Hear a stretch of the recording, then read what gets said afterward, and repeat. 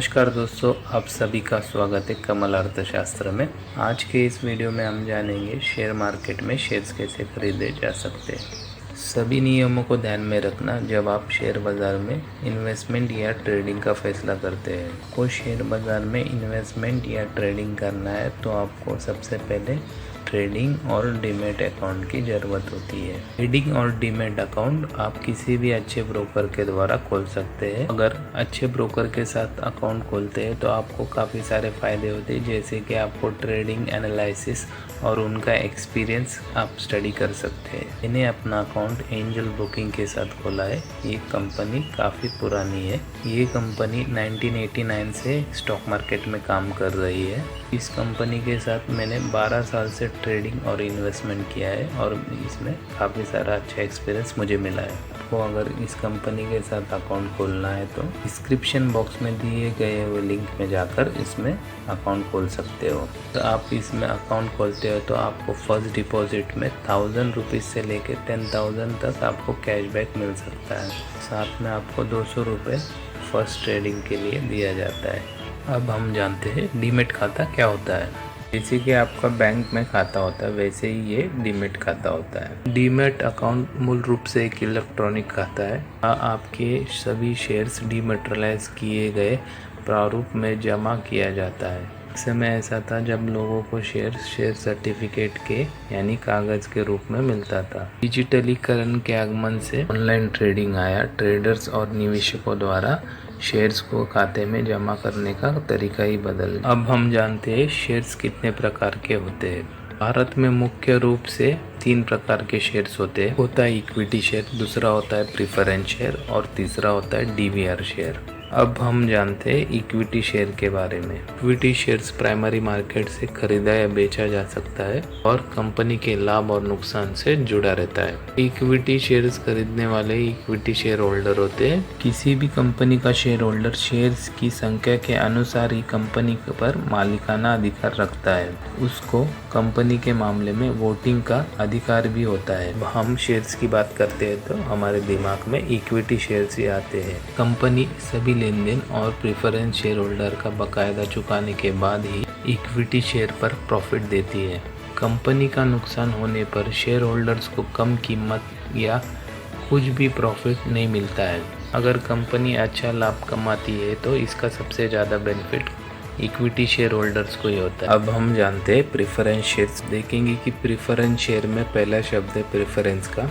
इससे ही स्पष्ट होता है कि प्रेफरेंस शेयर होल्डर्स को कुछ विशेष अधिकार पहले ही निश्चित होते हैं, जैसे कि प्रेफरेंस शेयर होल्डर को हर साल कितना लाभ दिया जाएगा ये पहले ही तय होता है। दूसरा, प्रेफरेंस शेयर होल्डर्स को वोट देने का अधिकार नहीं होता है। ये सबसे बड़ा फर्क है इक्विटी और प्रेफरेंस शेयर के बीच। प्रेफरेंस शेयर्स में कई अलग अलग प्रकार होते हैं, लेकिन आज के समय में प्रेफरेंस शेयर के बावजूद कोई भी कंपनी इक्विटी शेयर के ऊपर ज़्यादा रुचि रखती है। अब जानते हैं डीवीआर शेयर्स क्या होते हैं। डीवीआर का फुल फॉर्म है differential voting rights. DVR share equity और प्रेफरेंस शेयर का मिला जुला रूप है। इसमें शेयर होल्डर्स को इक्विटी शेयर होल्डर्स की तरह पूरी तरह से वोटिंग का अधिकार नहीं होता है। इन्हें सिर्फ कुछ प्रतिशत ही वोटिंग का अधिकार होता है, लेकिन डीवीआर शेयर होल्डर्स को अधिक प्रॉफिट मिलता है। भारत में पहले 2 कंपनियों ने डीवीआर शेयर्स को जारी किया है। पहला है टाटा मोटर्स और दूसरा है जैन इरिगेशन।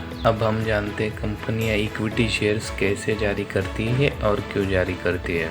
सबसे पहले कंपनियां अपने शेयर्स की स्टॉक एक्सचेंज में लिस्टिंग करवाकर आईपीओ लाती है और अपने शेयर स्वयं द्वारा निर्धारित किया गया हुआ प्राइस पर पब्लिक को इशू करती है।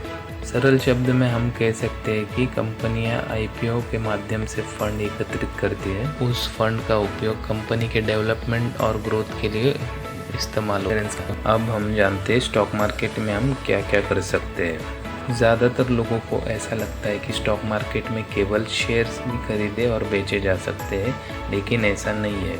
शेयर्स की तरह अन्य कई सिक्योरिटीज़ भी होती है जिनका स्टॉक मार्केट में ट्रेड किया जाता है। इनमें से एक है बॉन्ड यानी डिवेंचर्स भी कह सकते हैं। अब हम जानते हैं बॉन्ड क्या होता है। बॉन्ड या डिवेंचर एक तरह से ये लोन की तरह ही होते हैं। तो वह बैंक से लोन लेती है या फिर जनता यानी इन्वेस्टर लोगों से लेती है और इन्वेस्टर्स को डिबेंचर्स इशू कर देते हैं। जिसका रिप्लेसमेंट उन्हें तय समय पर करना होता है। कंपनी या डिवेंचर्स पर निर्धारित रेट से इंटरेस्ट का पेमेंट करती है और बॉन्ड्स की अवधि पूरी हो जाने पर वापस बॉन्ड्स के बदले रीपेमेंट कर देती है। डिवेंचर किसी भी इन्वेस्टर के लिए शेयर्स की तुलना में एक सिक्योर इन्वेस्टमेंट ऑप्शन होता है, क्योंकि इसमें कंपनी द्वारा निर्धारित दर समय समय पर ब्याज दिया जाता है और मैच्योरिटी होने पर रिप्लेसमेंट दिया। अब हम जानते हैं म्यूचुअल फंड क्या है। म्यूचुअल फंड एक तरह का शेयर्स और बॉन्ड्स में इनडायरेक्ट इन्वेस्टमेंट होता है। म्यूचुअल फंड्स एक प्रकार की संस्था या ट्रस्ट होती है जो अपनी यूनिट्स यानी शेयर्स जारी करती है, जिसे खरीदकर लोग म्यूचुअल फंड में इन्वेस्ट करते हैं। इन्वेस्ट की गई रकम को म्यूचुअल फंड्स के प्रोफेशनल मैनेजर अपने ज्ञान, अनुभव और एनालिसिस के आधार पर कई प्रकार के शेयर्स व अन्य सिक्योरिटीज़ में इन्वेस्ट करते हैं। म्यूचुअल फंड में इन्वेस्ट करने का बेनिफिट यही होता है कि प्रोफेशनल फंड मैनेजर सभी रकम को अपने ज्ञान के आधार पर सबसे बेस्ट तरीके से निवेश करने का कोशिश करती है। इसके बदले में वो कुछ फीस चार्ज करते हैं। अब जानते हैं हम SIP क्या होता है।